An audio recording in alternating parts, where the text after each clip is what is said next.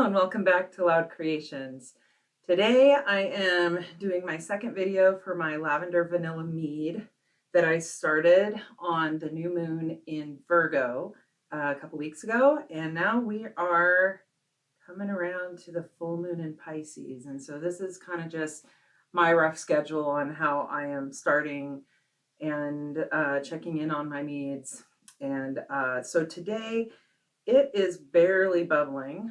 In fact, I haven't seen a bubble for a while. Oh wait, there's one building. So it's still fermenting, but I would like to go ahead and do a hydrometer reading, and I'm gonna rack it into another container because I think it's time to get it off of this organic material, the lavender and the vanilla bean. I also added raisins and lemon zest, so there's a lot of little floaties in here, and I think it's time to get rid of those.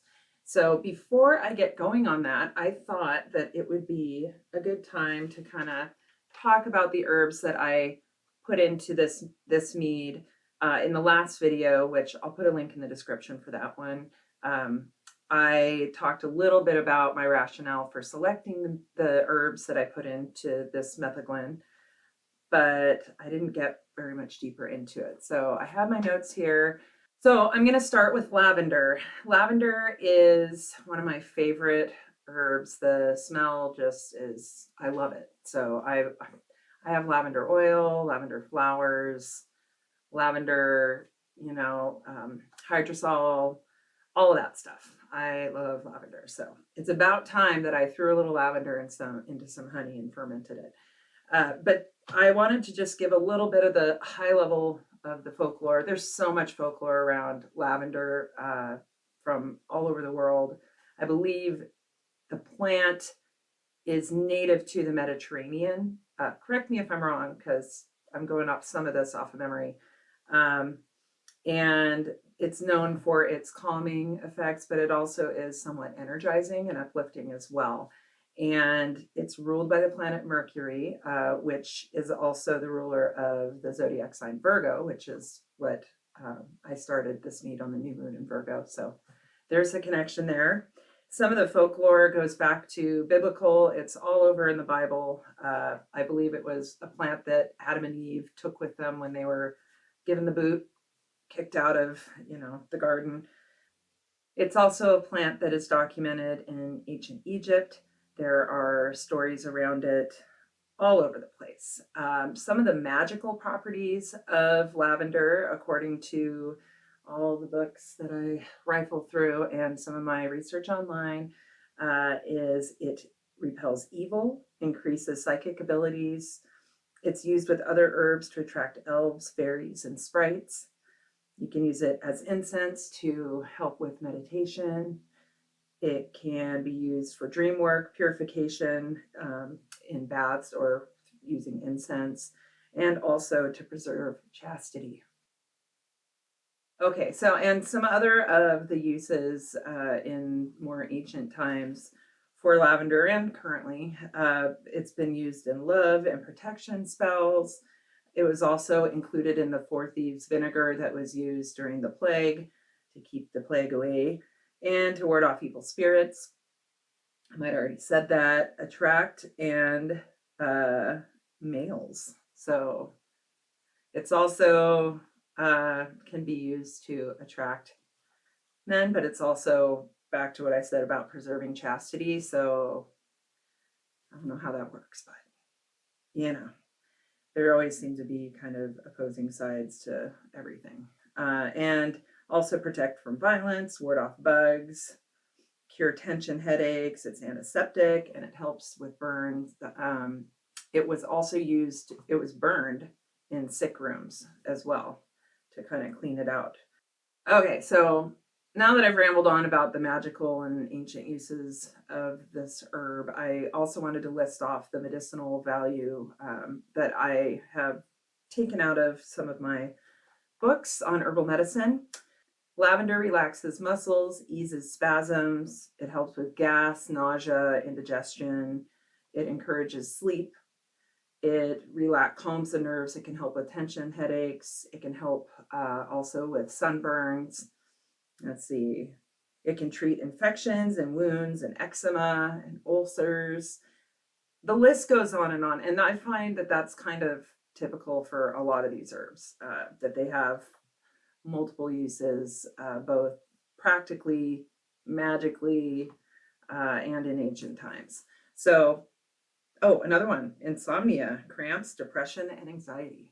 So I think that's a good herb to throw into a mead and kind of make a medicine out of for the Virgo Pisces polarity. Next, I read up on vanilla, and I really didn't know much about vanilla until I did this. And vanilla's earliest folklore is from the 15th century in the mountains of Mexico. And oh gosh, if I pronounce this wrong, I apologize. It's the Totonac tribe was the first known peoples to grow and cultivate vanilla. And they used it in their ritual practices and was a big part of their culture. And they believed that it was a gift from the gods, that it sprouted from the blood of a deity and her forbidden mortal lover who had been captured and slain. And the Aztecs soon came in and would tax the Totonac people, and they'd pay their taxes in vanilla. And this is just based on what I read on the internet. So if I'm incorrect, please feel free to correct me. So this is where vanilla kind of gets on the scene for the whole world, because then, the Spanish come over and they discover it as well, because the Aztecs used vanilla with cacao to make the first known hot chocolate. And they shared this with the Spanish, even though I don't believe they had a great relationship. Somehow this exchange of this wonderful plant was made, and it was brought back to Europe, especially in England. The queen at the time, can't remember who it is, loved it, and that's how it's ended up in all of our yummy dishes. But it was also used for an aphrodisiac. It has a lot of similar properties to lavender, which include calming. It's an antioxidant, anti-carcinogenic, an antidepressant. It's a preservative. It helps with burns and indigestion. It's very soothing and yet uplifting, just like lavender. So I think this is a great combination. Also, I forgot to mention, there's a little fruit fly just hovering right here. I don't know how they found me. I'm excited for fruit fly season to be over. This has been they've taken over. Anyway, what was I saying? Oh, the element of water is associated with vanilla. So that is another reason why I picked it, because Pisces is also a water sign. So those are the connections I made in my little mind here. So now that we've talked a little bit more about the herb, I'm going to go ahead and I think I'm just going to rack this, and then I'll take a gravity reading. And of course,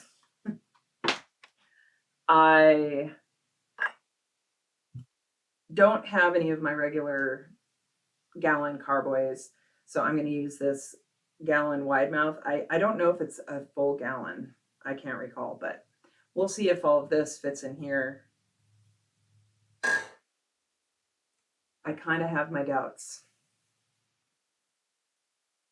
We'll see. Okay, so I have my auto siphon, and I have this mesh bag that I am going to put over the bottom of the siphon so that I can avoid getting too many of these little chunks of lavender and whatever else into the secondary fermenter.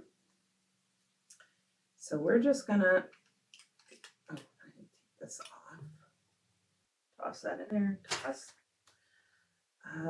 Okay, we'll see how this works. I don't know, this moving liquid from one container to another seems to be, I don't know why, it's challenging sometimes. It is. So this, when you're moving from one container to another, you want to have the one that it's coming from elevated. So I'm going to go ahead and set this up here. I hope it doesn't fall. And I'm going to put my auto siphon in there. Start pumping.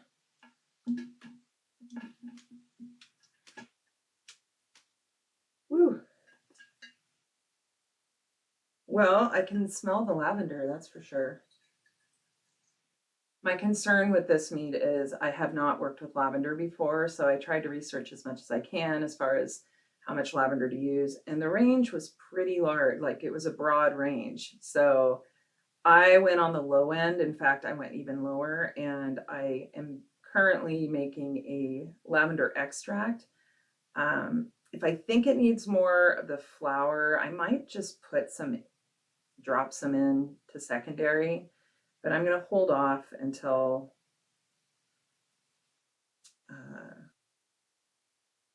I get a little taste of this, just to see where it's at. Even though it's young, I should be able to get a sense of it. I might also add another vanilla bean. I don't happen to have one right now, so I'll have to do that later. But yeah, I'm excited for this one. All right, I'm going to just speed this up now. Okay, so there is a big, hungry fruit fly that's just like swarming this thing. And of course, my container is not quite big enough to fit all of this. So I don't know what I'm going to do. That's kind of a lot to waste. But I'm going to deal with it another time. I might just have to let this go. But so there it is. We've racked it into a secondary container. Just leave this here.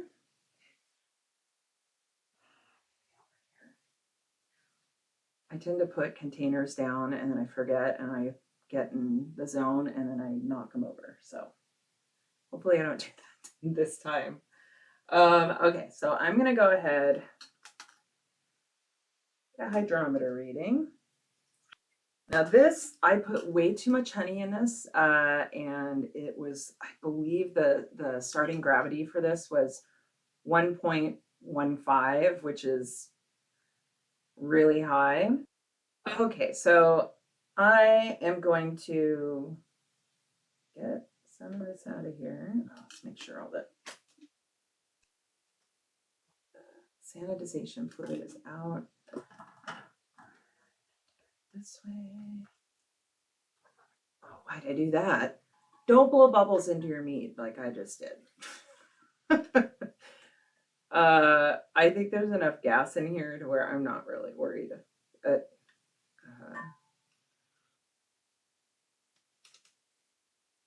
this has an interesting smell. You can really smell the lavender, that's for sure.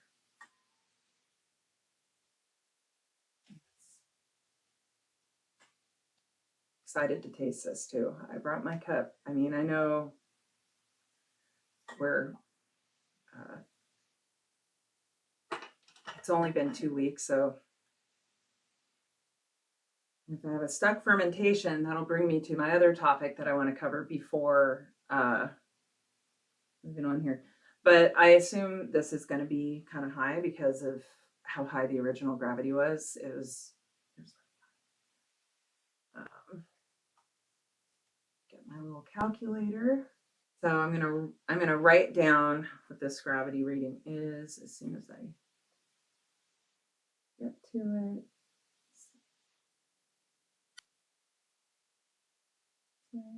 Okay. Oh my gosh, this is gonna be sweet.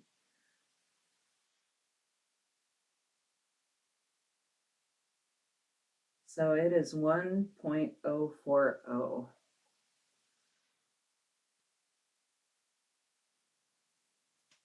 Mine, I mean, I like my meads a little sweet, at least I do right now.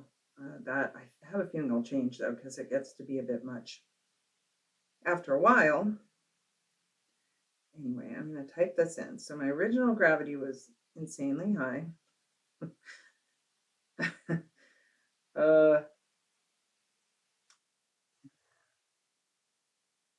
Wow. Okay. So I don't think this is stuck.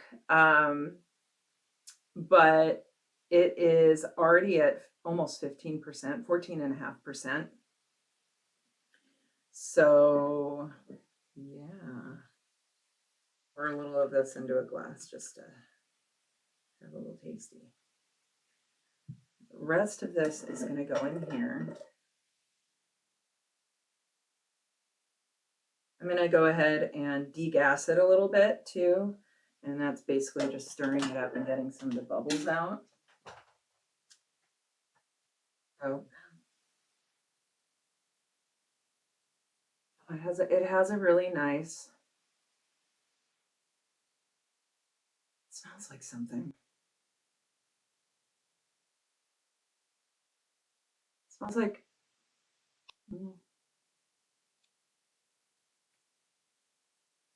ooh, this is going to be really good. I mean, it's really sweet right now. I'm hoping, I mean, it doesn't even taste alcoholic at this point, and it's 15%.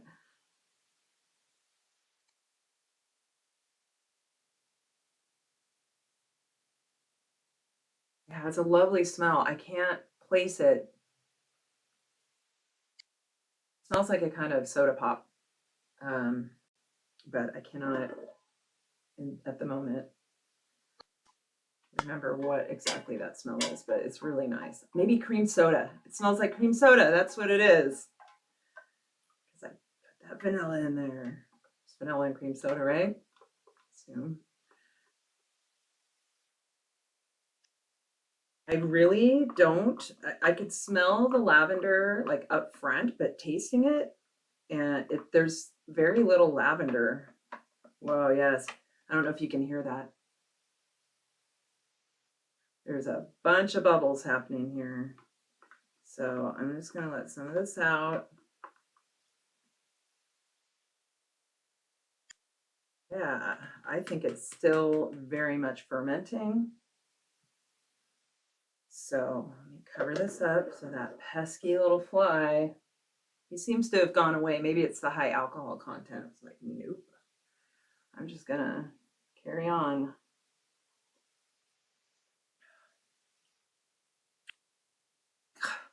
I'm really happy with this. This is really good. I mean, yeah, it's like drinking a pop because it's really sweet, like drinking a soda pop. Okay, so I'm just gonna be done with this. I'm gonna add an airlock, and I let.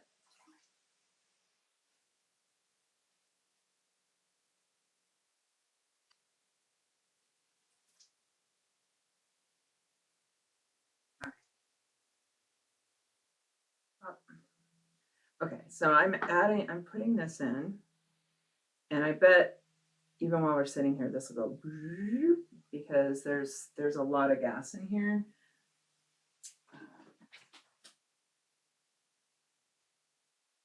Cap on it.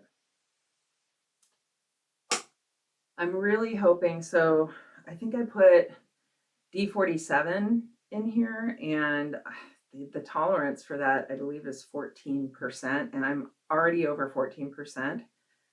I don't know what I was thinking putting, I mean, if I had more space in here, I suppose I could add water. I haven't read up on that because I've never run into this problem. All of my meads go dry, but I usually don't put an insane amount of honey in them. So I'm going to figure out what to do with this. And when I come back for my finishing video, I will talk about that and do whatever it is I'm going to do. I'll be sure to record it. Yep, see, it's already going. So yeah, I'm going to set this aside, and I'm really excited about this one. I think it's going to turn out lovely. I would put a lot less honey in it, but this is all a learning thing, and I don't feel like I put poundage wise all that much honey in, but maybe it was the type of honey too. I don't know if it could be sweeter or higher sugar content, but wow, this is again, I'm really excited about this. While I'm here, I thought that I would talk about, I went ahead and bought some Fermaid O. I had DAP before, which is a non-organic yeast nutrient that I had been using. And I haven't addressed this in my other videos that I've made because I hadn't been using yeast nutrient. I just didn't like the idea of using the crystals, and that's just my personal preference. I don't have judgment on whatever anybody else does, but so I ordered some of this. It's too late for this mead, but it'll be great. I'm excited to use this to see how that improves the outcome. I have not had too much trouble with fermentation without it, but I heard you can get off flavors if the yeast are stressed. So adding a yeast nutrient is probably a good idea, and I just haven't done it for the last few batches. So coming up for the, what is it? I think it's a new moon in Libra next month, or maybe later this month. Anyway, there's a new moon in Libra coming up, and I already have my plan for that one. I'll be using the Fermaid O. I also, because of my little misstep with the amount of honey I put in here, I went to the store and I just bought, I don't know if this is a good scale or not. It seems to work nicely. It has, you can do pounds, ounces, kilograms, or grams. And I'm going to be using this. This is Taylor brand. I don't know. I just went to the store and picked the one that looked like it has an 11-pound weight limit. Or no. I picked the one that had the highest weight limit because most of them only were 11 pounds. And some of these, I don't know how much this stuff weighs. So I got the one that could handle more. And yeah, so going to be using a scale so we can get consistent about the units of measurement. And I think that's